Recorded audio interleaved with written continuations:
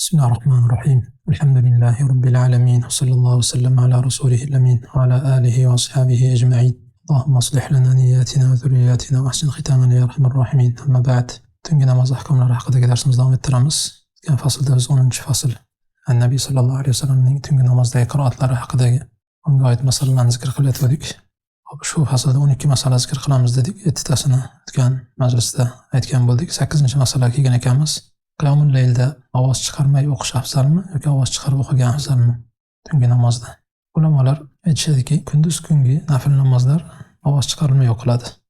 Ammo tungi namozlarda inson o'zini ixtiyorida xohlasa ovoz chiqarib o'qiydi, xohlasa ovoz chiqarmay o'qishi mumkin. Nabiy sallallohu alayhi vasallamdan ikkala ish ham sobit bo'lgan, lekin jahriy o'qish afzal deyishgan. Ixtiyor o'zida bo'lgan bilan jahriy o'qigan ovoz chiqarmay o'qigandan afzal deyishadi. Ibn Qayyim rahimahulloh Zadul Ma'ad kitobida aytadilar, sallallohu alayhi vasallam gohida ovoz chiqarmay o'qirdilar, gohida ovoz chiqarib o'qirdilar tungi namozda dedilar. Tungi namozda gohida ovozini chiqarib, gohida ovozini chiqarmay o'qirdilar dedilar. Kasani rahimahulloh Bada'us Sana kitobida aytadilar, nafl namozlarga keladigan bo'lsak, kunduzgi nafl namozlarda ovoz chiqarmay o'qiydi. Agar tungi namozlarda bo'lsa, ixtiyor o'zida, xohlasa ovoz chiqarmay o'qiydi, xohlasa ovoz chiqarib o'qiydi. Ovoz chiqarib o'qigani afzal dedi. Va sababini bayon qilib, chunki nafl namozlar atba'ul faraid, li'anna an-nawafil atba'ul faraid. Chunki nafl namozlar farz namozlarga tobe. Val hukmu fil faraid kadalik. Farz namozlarda esa hukm shunday. Ya'ni tungi namozlar farz namozlarda ovoz chiqarib o'qiladi, kunduzgi namozlar ovoz chiqarilmay o'qiladi. Demak, nafllar ham shu farz namozlarga tobe. Ya'ni tungi nafl namozlar ovoz chiqarib o'qigan afzal, kunduzgi nafl namozlarni ovoz chiqarmay o'qigan afzal deydi. Endi bunga shu yerda dalilni zikr qilishdan oldin ovoz chiqarmay o'qish deganda birovga eshittirmay, ya'ni o'zi eshitadigan darajada o'qish. Ovoz chiqarmay o'qish deganda labni qimirlatmasdan yumib olib xayoldan o'tkazish degani emas. Bu qiroatga kirmaydi dedik aslo. Bir qancha nimalarda buni tanbeh berib eslatib o'tdik darslarda. Ya'ni indamay ovoz chiqarmay o'qish yo'q. Ya'ni ovoz chiqarmay deganda, ya'ni birovga eshittirmasdan o'zi eshitadigan darajada past nimada o'qish nazarda tutiladi. Ovoz chiqarib deganda boshqalarga eshittiradigan darajada o'qish. Ammo ichda xayoldan o'tkazish bu aslo kim shunday qilsa o'qimagan hisoblanadi. Ya'ni albatta harflar mahrajidan chiqish kerak. Shu ovoz chiqarmay o'qish deganda ham shu o'zi eshitadigan darajada mahrajidan chiqib, lablar qimirlab, ya'ni har harflar mahrajidan chiqqan tarzda qiroat qilinishi kerak.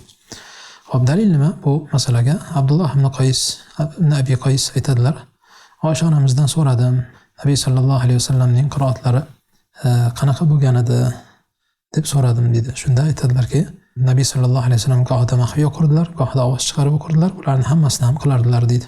Ya'ni maxfiy o'qishni ham, ya'ni maxfiy ham o'qiganlar, ovoz ham chiqarib o'qiganlar dedi. Abu Hurayra radhiyallohu anhu rivoyat qilgan hadisda, kana qira'atu an-nabiy sallallohu alayhi vasallam bil-layli yakhfidu tawra va yarfa'u tawra dedilar. Nabiy sallallohu alayhi vasallamning tungi qiroatlari goh past, goh baland bo'lardi. Ya'ni gohida past ovozda, gohida baland ovozda o'qirdilar dedi. Abu Qatada radhiyallohu anhu aytadilar, Nabiy sallallohu alayhi vasallam bir kecha chiqdilar. Abu Bakr radhiyallohu anhu namoz o'qiyotgan ekanlar.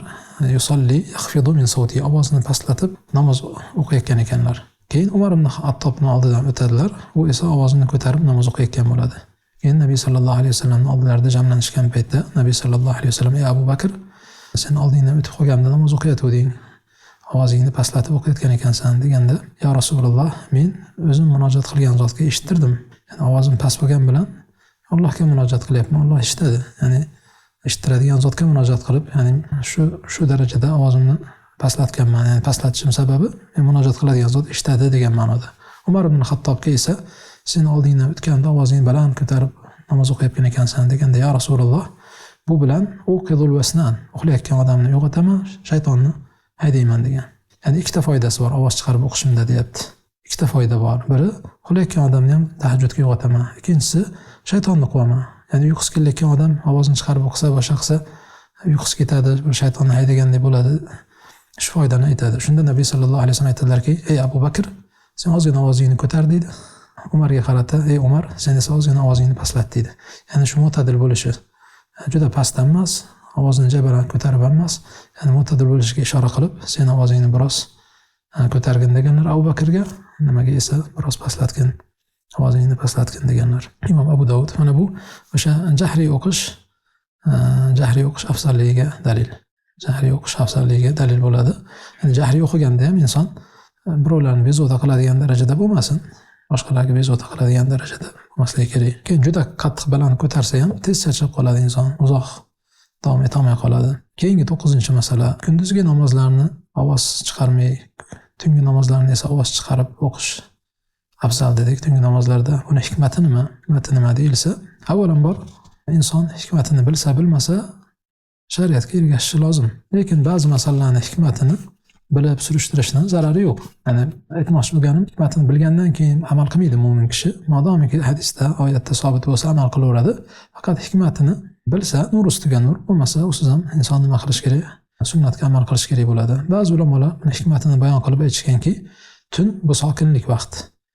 Inson xoli qoladigan, qalb forigʼ bo'ladigan bir payt. Shuning uchun ovoz chiqarib o'qish joriy qilingan.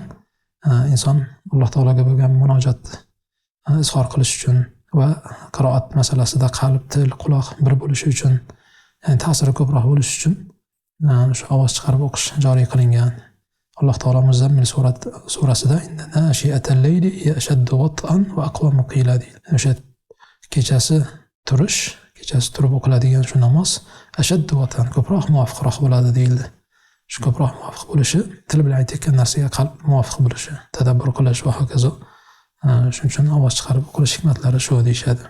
Shayx Sa'diy rahimahulloh shu oyatning tafsirida aytadilarki, ya'ni ko'proq muvofiqroq keladi degani inna nashi'atal layli hiya ashaddu wat'an, ya'ni Qur'on maqsadini hosil bo'lishiga yana ham yaqinroq bo'ladi. Unda qalb va til muvofiq keladi. Ya'ni mashg'ulotlar kamayadi, aytayotganini tushunadi va ish to'g'rilanadi deyilgan. Bu endi kunduz kuni unday emas deydi. Kunduz kuni bu maqsadlar hosil bo'lmaydi deydi. Ibn Qoyyim rahimahullohning ham shu haqda bir gaplari bor. Ya'lamul Muqayyin kitobida aytdilarki, ammo tungi namoz bilan kunduzgi namoz o'rtasini ovoz chiqarib va maxfiy o'qishda ajratish nihoyatda munosib va hikmati bor deydi.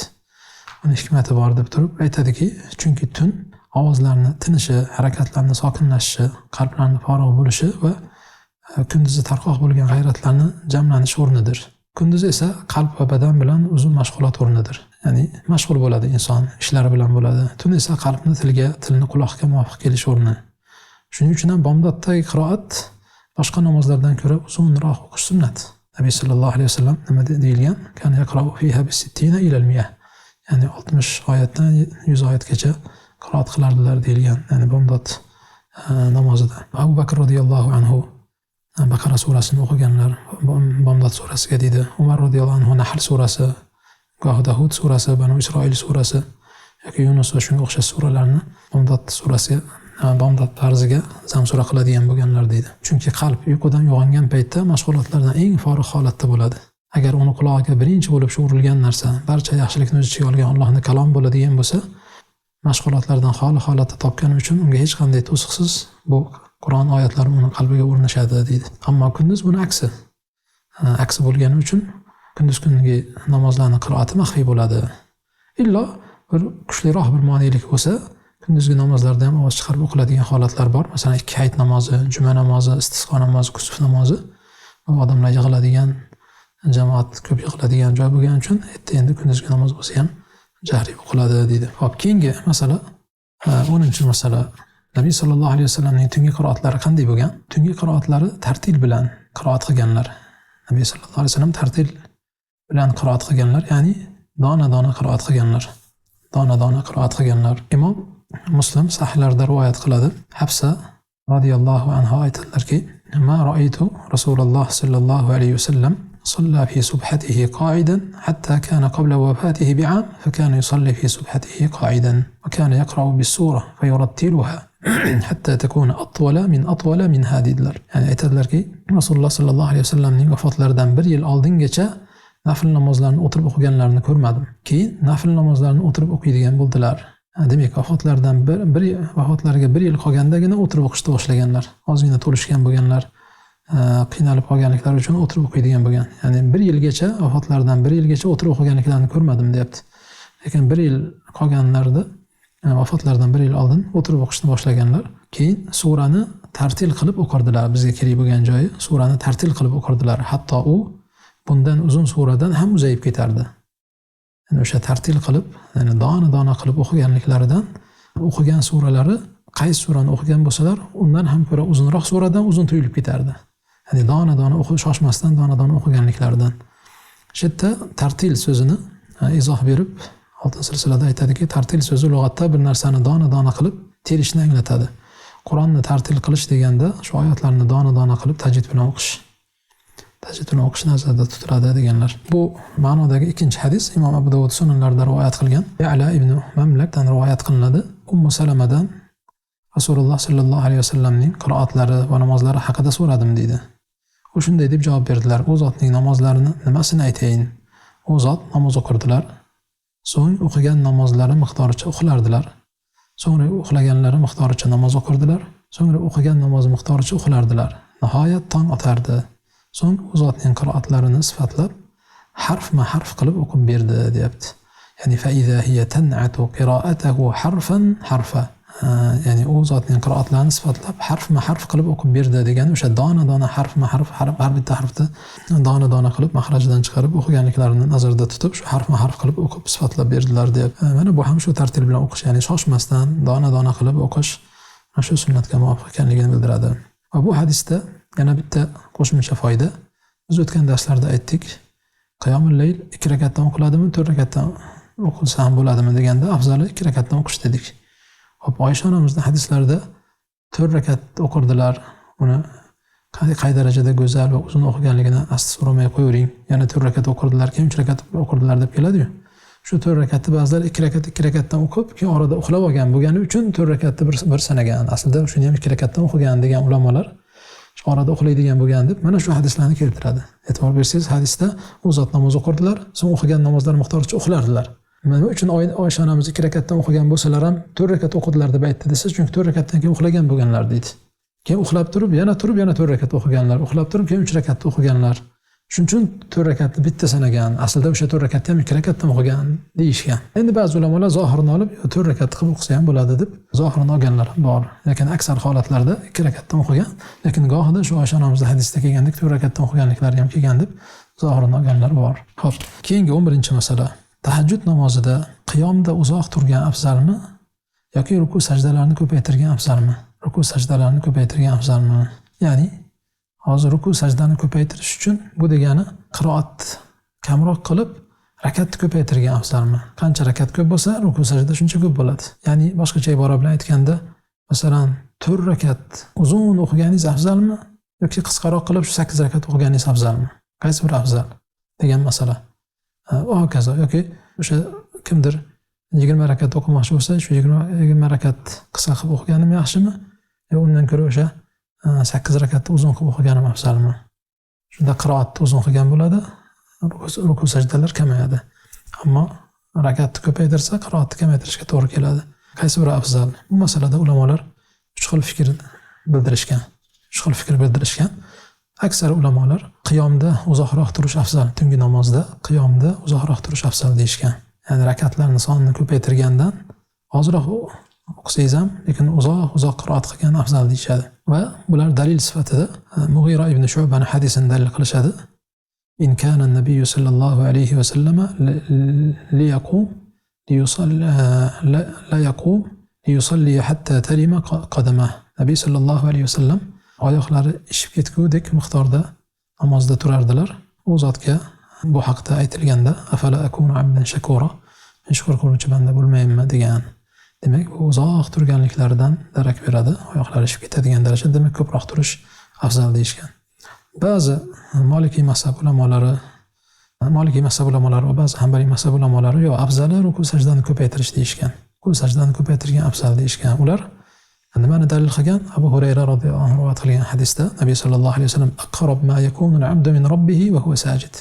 Akthiru du'a. Banda Robbisiga eng yaqin bo'ladigan payt bu sajda payti. Duoni ko'paytiringlar sajdada deyilgan. Imom Muslim rivoyat qilganlar. Demak, mana shuni dalil qilib, demak, sajdani ko'proq ko'paytirgan yaxshi. Qiyomni kamaytirsa ham, qiyomda kamroq tursa ham sajdalarni ko'paytirsin deydi. 3-toifa ulamolar ikkalasi bir xil deydi. Ya'ni o'sha bir pora o'qimoqchi bo'lsangiz, 4 rakatda o'qiganingiz yaxshimi ya'ni yarim pora 2 rakat, ya'ni 2 rakat yarim pora.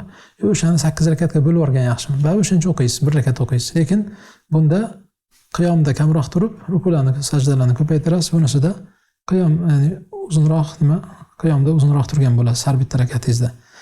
Uchinchi toifa ulamolar nima deyapti? Bir xil deyapti. Ikkalasi bir xil. O'sha modomki bir pora o'qiyapsizmi, uni 4 rakatda zamsura qildingizmi, 8 rakatga bo'lib ko'proq ruku sajda qildingizmi, qisqaroq qilib, qisqaroq o'qib, baribir o'sha 8 rakatga bo'lib yubordingizmi, bir porani bir xil deydi. Bir xil deydi. Bu Shayxul Islom rahimahullohning ixtiyorlari. Shayxul Islomning ixtiyorlari. Shayxul Islom aytadilarki, ma'lumki, sajdani o'zi qiyomda turgandan afzal. Ya'ni inson qiyomda turgan holatidan sajdada bo'lgan holati afzal. Ya'ni ko'rinishga qarasak, qiyomda turgan odamdan sajdada turgan odam afzal deydi. Ko'rinish jihatidan. Walakin zikrul qiyami afzal va huwa al-qira'a deydi. Lekin qiyomdagi zikr sajdada aytiladigan zikrdan afzal deydi. Chunki qiyomda Qur'on o'qiladi, Allohning kalomi o'qiladi. Sajdada subhan robbiyal a'la deyiladi, boshqa duolar qilinadi, zikr aytiladi. Sajdada aytiladigan zikrdan qiyomda aytiladigan zikr afzal deydi. Demak, bir jihatdan qiyom afzal, bir jihatdan sajda afzal, ikkalasi teng deydi xullas. Ya'ni hay'at jihatidan, ko'rinish jihatidan sajda qilayotgan odam eng o'sha xorlikda izhor qilayotgan holatda bo'ladi, bu afzal. Bandaga eng yaqin payti bo'ladi va hokazo.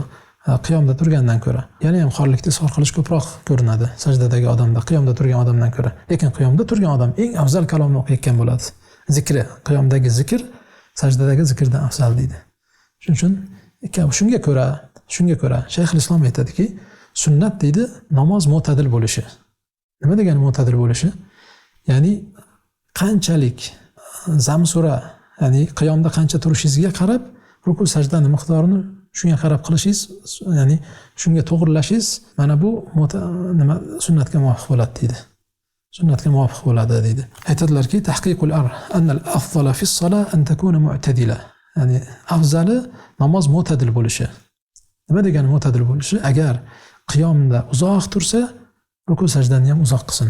Nabiy sallallohu alayhi vasallam kechalari shunday qilardilar deb turib, keyin Huzayfa radhiyallohu anhu rivoyat qilgani kabi deb Huzayfa radhiyallohu anhuni hadislarni keltirgan. Huzayfaning hadisini o'tgan darslarda ham keltirdik. O'sha 5 bor o'qiganliklari Baqara, Niso, keyin Ali Imron, keyin rukuga ketdilar deb turib, rukularida qiyomlarga yaqin turdilar deb keldi. Keyin rukudan turganlarida ham rukularga yaqin turdilar. Sajdaga borganlarida nimaga yaqin turdilar deb turib, qiyomlarga yaqin turdilar dedilar. Demak, mana shu mo'tadil bo'lish, mana shu afzal dedilar. Rasulullohning farz namozlari ham shunday bo'lgan dedi. Kusuf namozlari va boshqa namozlar, ya'ni mo'tadil bo'lgan dedi. Mo'tadil bo'lgan. Shunga ko'ra kimdir rakatlarni kamaytirib, qiyom, ruku, sajdalarni uzoq qilsa yoki rakatlarni ko'paytirib, ruku, sajdalarni masalan yengil qilsa, bajarsa, ikkalasi bir-biriga yaqin deydi. Yuqorida aytganimizdek o'sha bir porani 4 rakatda o'qidingizmi? Uzunroq qiyomda turib, sajdani ham, rukuni ham uzunroq qilib yoki 8 rakatga bo'lib olib o'qidingizmi? Shunda tezroq ruku qilasiz, rukularda ham ko'p ushlanib qolmaysiz, sajdalarda qisqaroq qilishga to'g'ri keladi. Mana bu bir-biriga yaqin deydi. Endi vaqad yakunu hada afzal fi hal, ba'zi holatda boshqasidan afzal bo'lishi mumkin deydi. Masalan, Nabiy sallallohu alayhi vasallam duha namozini Makka fath bo'lgan kuni duha namozini 8 rakat yengil o'qiganlar. Ya'ni 2 rakat uzun qilib o'qimasdan yengil qilib 8 rakat o'qiganlar. Sahobalar ham Ramazon qiyomida muqtadiylarga mashaqqat bo'lib qolmasligi uchun nima qilganlar? Qisqaroq qilib o'qiganlar degan. Ibn al-Qayyim rahimahulloh Zadul Ma'ad kitobida aytadilar. Bu masalani kengroq qilib bayon qilib berganlar. Ibn al-Qayyim Zadul Ma'ad kitobida aytadilarki, ulamolar ixtilof qilishgan. Qiyom afzalmi, sajda afzalmi? Ba'zi ulamolar qiyom afzal deyishgan. Ularning 3 ta dalilini keltirgan. Birinchisi, chunki qiyomdagi zikr eng afzal zikr va fakana ruknuhu afzal al-arkan, o'sha rukun ham, qiyom rukni ham eng afzal rukun hisoblanadi. Chunki undagi aytiladigan zikr eng afzal zikr, Qur'on o'qiladi. Ikkinchidan, Alloh taolo qumu lillahi qanitin. Alloh taologa shu ba'zilar xushu bilan deb tafsir qilgan, ba'zilar itoat qilgan holatda turinglar dedi. Ya'ni Alloh buyurdi, qumu deb turib. Namozda turishga Alloh buyurdi deydi. Bu ikkinchi dalil. Uchinchi dalil, Nabiy sallallohu alayhi vasallam afzalus solat tulul qunut deganlar. Namozni afzali uzoq qiyomda turish deganlar. Bu ochiq endi, hadisda ham ochiq kelyapti, uzoq turish deb. Qiyomda uzoq turish. Afdalus solat tulul qunut. Qunut deb bitta qiyom deyishgan. Qiyom deyishgan, yani uzoq qiyomda turish namozlarning afzali deyilgan. Endi ikkinchi toifa yo'q, sajdani ko'paytirish afzal deyishgan. Ular nimani dalil qilgan? Ularni ham bir ikkita uchta dalilni zikr qiladi. Birinchi dalili aqrab ma yakunu al-abdu min robbihi va huwa sajid. Banda sajda Alloh taolaga eng yaqin bo'ladigan payt sajda qiladigan payt degan hadis. Demak sajda afzal. Bu birinchi dalil. Ikkinchi dalil Ma'dan ibn Abi Talhaning hadisi. Men Rasululloh sallallohu alayhi vasallamning mavlosi Savbanni uchratib qoldim. Va menga bir hadis aytib bersangiz, shoyat Alloh meni u bilan manfaatlantirsa degan edim. Alayka bis-sujud. Sajdani ko'paytirgin dedilar. Rasululloh sallallohu alayhi vasallamdan shunday deganliklarini eshitganman. Va min abdin yasjudu lillahi sajda. Qaysi bir banda Alloh uchun sajda qilsa, illa rafa'allohu lahu biha daraja. Alloh bu sajdasi bilan uning bitta darajasini ko'taradi va hatta anhu biha xatiya, bitta gunohni o'chiradi deganliklarini eshitganman deydi. Va Abu Dardoni uchratib qolib so'ragan edim, u ham xuddi shu hadisda aytib berdilar deydi. Demak, mana bu ikkinchi dalil. Sajda qilishda, ya'ni sajda ko'paytirishdan foydalaridan Alloh har bitta sajdangizga darajangizni ko'taradi, bitta gunohingizni tushiradi. Uchinchi dalil Rabi'at ibn Ka'b al-Aslami. Ya Rasululloh, as'aluka murafaqataka fil jannah.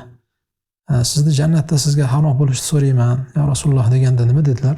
A'inni ala nafsika bi kasrati sujud dedilar. Ya'ni ko'p sajda qilish bilan, ya'ni bo'pti men duo qilaman, ya'ni jannatda hamroh bo'lishga, lekin o'zing ham menga yordam bergin ko'p sajda qilish bilan dedilar. Ko'p sajda qilishga undaganlar dedi. Endi ba'zi ulamolar bu hadisni ko'p sajda qilishdan maqsad ko'p namoz o'qish deyishgan. Sajdadan murod bitta namoz deganlar bor. Xullas keyingi dalil, to'rtinchi dalil, sajda afzal deganlar. Nabiy sallallohu alayhi vasallamga birinchi nozil bo'lgan sura qaysi sura? Iqro surasi. Shu suraning oxiri nima bilan yakunlandi? Usjud vaqtarib. Allohga sajda qilib, u zotga yaqin bo'ling. Demak, sajdaga Alloh buyurdi shu surada deydi. Va yana endi ularning 5-dalilini keltiradi. Bu endi bir oyat hadisdan mas'ul, lekin aytadi: "Bi anna sujud lillahi yaqa'u minal mahluqati kulliha." Ya'ni Alloh uchun sajda qilish barcha mahluqotlardan sodir bo'ladigan ibodat. Ya'ni mahluqotlarni yuqoridagi samodagi mahluqotlar bo'lsin, yerdagi mahluqotlar bo'lsin, pastdagi mahluqotlar bo'lsin, hammasi Allohga sajda qiladi. Bu bir jihatdan bo'lsa, ikkinchi jihatdan as-sajid azal ma yakun li robbih va akhda lahu deyapti. Ya'ni sajdadagi kishi eng xor holatda, eng Alloh taolaga bo'ysunuvchi holatda bo'ladi. Ya'ni o'sha yuzini eng mukarram bo'lgan yuzini nimaga qo'yadi? Yerga qo'yadi, Alloh taologa xorligini izhor qilib. Mana bu sajdada ko'proq ko'rinadi deydi. Bu bandani eng sharafli holati deydi. Shuning uchun ham Alloh taologa eng yaqin bo'ladigan holat deyishadi. Xullas, mana shu dalillarni keltirishgan sajda afzal, sajdani ko'paytirish afzal deganlar. Uchinchi toifa ulamolar deydi Ibn al-Qayyim rahimahulloh. Kechasi qiyomni, ya'ni tungi namozlarda qiyomda ko'proq turish afzal, kunduzgi namozlarda ruku sajdani ko'paytirish afzal deyishgan. Tungi namoz bilan kunduzgi namozni ajratishgan. Va ular nimani dalil qilishgan? Tungi namoz nima deyiladi? Qiyamul layl deydi. Aynan qiyom so'zi. Ya'ni tunda qoyim bo'lish. Ya'ni o'sha qiyom eng asosiy rukunki yoki eng asosiy qilinadigan amalki uzoq turish. Shuning uchun qiyamul layl deyiladi. Lekin nima? Kunduzgi o'qiladigan nafl namozlar qiyamun nahar deyilmaydi deydi. To'g'rimi? Qiyamun nahar nafl bor, kunduz ham nafl o'qish, lekin qiyamun nahar deyilmaydi, qiyamul layl deyiladi. Shunga ko'ra bu kechasi o'qish nima? Va Alloh subhanahu taolo kechasi turganda qumil layl dedi. Turing dedi. Ya'ni aynan qiyom lafzi bilan qumil layl deb aytildi. Va kechani ibodat bilan o'tkazishga targ'ib qilingan hadislarda man qama ramazona imanan va ihtisaba. Kim Ramazonni iymon va savob umidida qiyomda o'tkazsa dedi. Aynan qiyom kalimasi keldi. Demak, tungi namozda qiyomda turish afzal. Nabiy sallallohu alayhi vasallam 11 rakat o'qirdilar kechasi.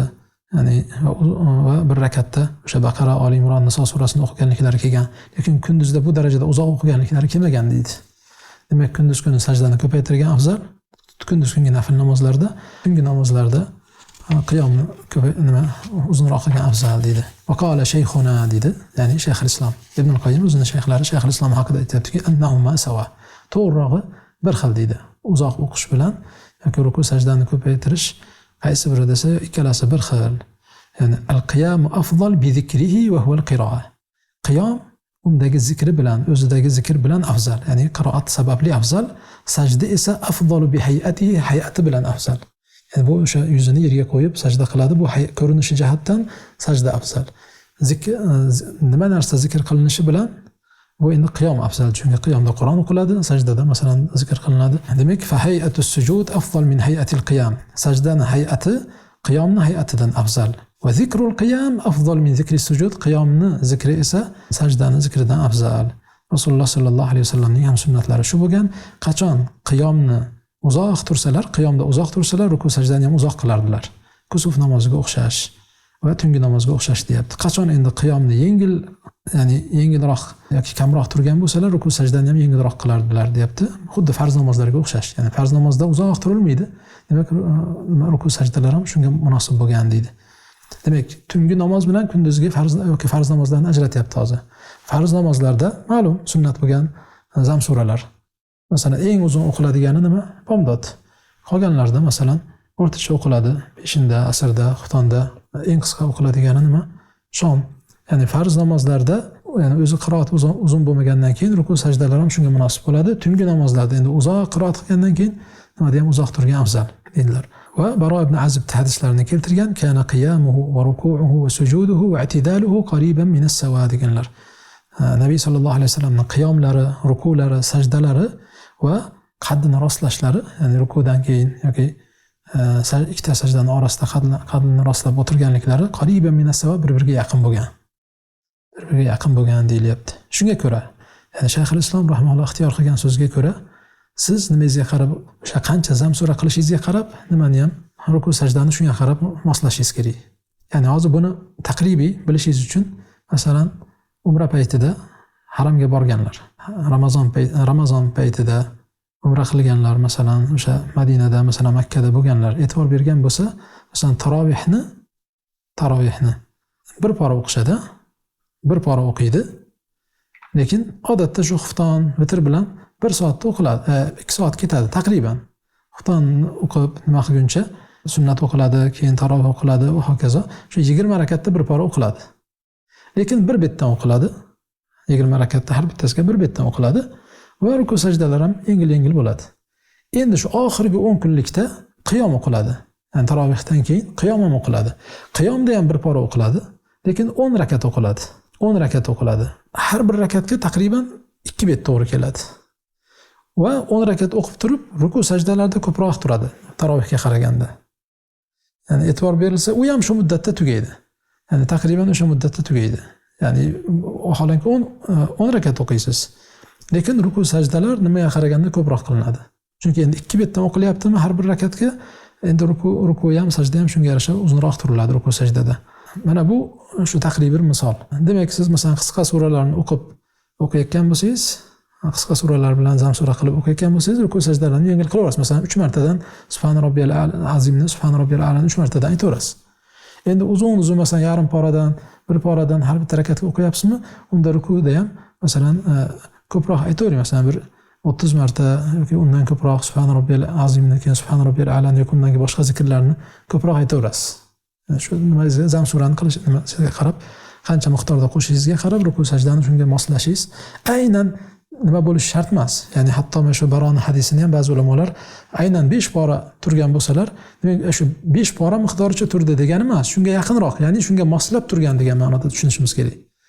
Ya'ni aynan shu qiyomda turgan miqdorda bo'lmasa ham, lekin shunga moslab turib, bu uzun bo'lgandek, buni ham uzunroq qilasiz, qisqaroq qilsangiz zam surani uni ham qisqaroq qilasiz degan. 12-masala, dona shoshmasdan qiroat qilish afzalmi tungi namozda yo tezroq o'qib ko'proq miqdorda o'qigan afzalmi? Ya'ni yarim porani shoshmasdan o'qiganingiz afzalmi yoki sal tezroq o'qib 2 pora o'qiganingiz afzalmi o'sha muddatda? O'shaliga bu nimadan tashqari? Qiyomni uzun nima qilishdan tashqari. O'sha baribir qiyomda turibsiz, o'sha shoshmay o'qisangiz, tadabbur qilib, dona qilib o'qisangiz, yarim pora o'qishingiz mumkin. O'zingiz mo'ljallangan, masalan, o'sha 1 soatda yarim soatmi, 1,5 soatmi qancha ajratayotgan bo'lsangiz, yarim soat o'qishingiz mumkin. Lekin tezroq o'qisangiz 1,5 pora yoki 2 pora o'qishingiz mumkin masalan. Qaysi biri afzal? Sal tezroq bo'lsa ham ko'proq o'qiganingiz afzalmi yoki shoshmasdan kamroq o'qisangiz ham, ya'ni miqdori kamroq bo'lsa ham dona qilib o'qigan afzalmi? Bu masalada ham ixtilof bor. Ibn Qoyyim rahimahulloh Zadul Ma'ad kitobida aytadi. Ulamolar ixtilof qilishgan. Oz o'qisa ham tartib bilan o'qigan afzalmi yoki tezroq o'qib ko'proq o'qigan afzalmi?